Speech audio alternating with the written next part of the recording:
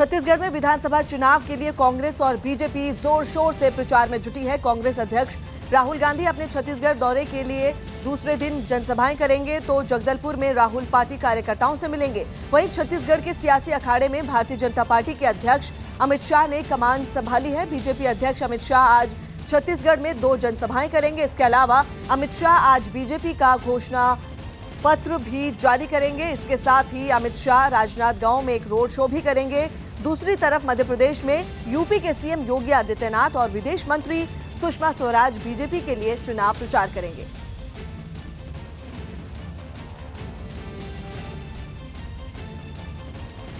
मनोज हमारे सहयोगी phone line पर मौजूद है। मनोज, आज बीजेपी अपना घोषणा पत्र जारी करेगी तो क्या क्या वो अहम मुद्दे हो सकते हैं जिसको लेकर वो ऐलान करेगी अपने घोषणा पत्र का?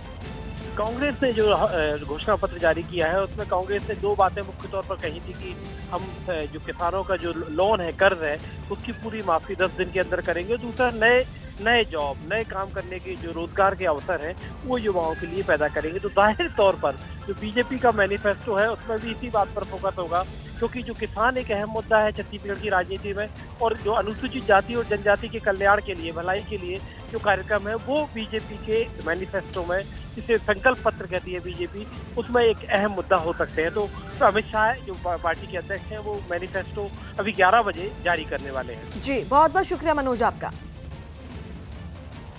छत्तीसगढ़ में मतदान से पहले सियासी उठापटक जारी है। वहां के राजनांदगांव की डोंगरगांव विधानसभा से बीएसपी उम्मीदवार अशोक वर्मा बीजेपी में शामिल हो गए। अशोक वर्मा अजीत जोगी की जनता कांग्रेस पार्टी और बहुजन समाज पार्टी के गठबंधन की सीट पर चुनाव लड़ रहे हैं।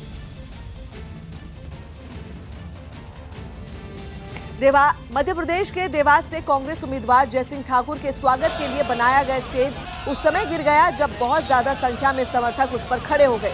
हादसा उस वक्त हुआ जब देवास विधानसभा से कांग्रेस के प्रत्याशी जयसिंह ठाकुर अपना नामांकन दाखिल कर लौट रहे थे। सभी कार्यकर्ता नेताजी से मिलकर उन्हें माला पहनाने की होड़ में लगे थे, तभी स्टेज गिर गया। स्टेज गिरने की वजह से कई कार्यकर्ता घायल हो गए। गनीमत ये रही कि किसी को गंभीर चोट नहीं आई।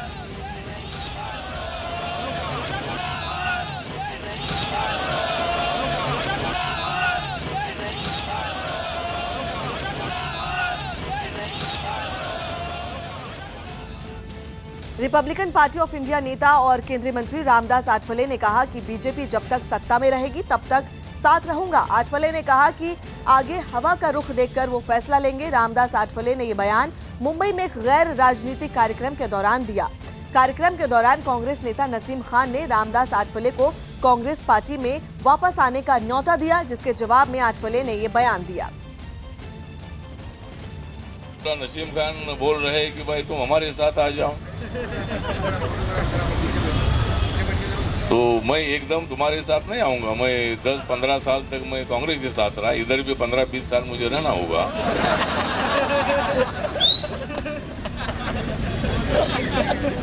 मतलब जब तक सरकार है तब तक मैं यहाँ रहूंगा। कांग्रेस नेता संजय निरुपम ने एक बार फिर प्रधानमंत्री मोदी पर आपत्तिजनक टिप्पणी की। कांग्रेस नेता संजय निरुपम ने पीएम मोदी पर हमला बोलते हुए कहा कि जब से पीएम मोदी सत्ता में आए हैं तब से देश की हर बुराई के लिए कांग्रेस को दोष देते रहे हैं। संजय निरुपम ने चुटकी लेते हुए कहा कि उन्हें डर है कि कहीं पीएम ये ना कह दे कि उनकी पैदाइश भी कांग्रेस की वजह से ही हुई है। मोदी जब से सत्ता में आए हैं तब से देश की हर बुराई और खराबियों के लिए कांग्रेस को दोष देते हैं, और जिस तरीके से हर बुराई के लिए कांग्रेस को दोष देते हैं, मुझे लगता है कल को कभी ये ना बोल दें कि नरेंद्र मोदी की पैदाइश भी कांग्रेस की वजह से हो, क्योंकि उनसे ज्यादा बुरा आदमी इस समय देश में कोई नहीं है।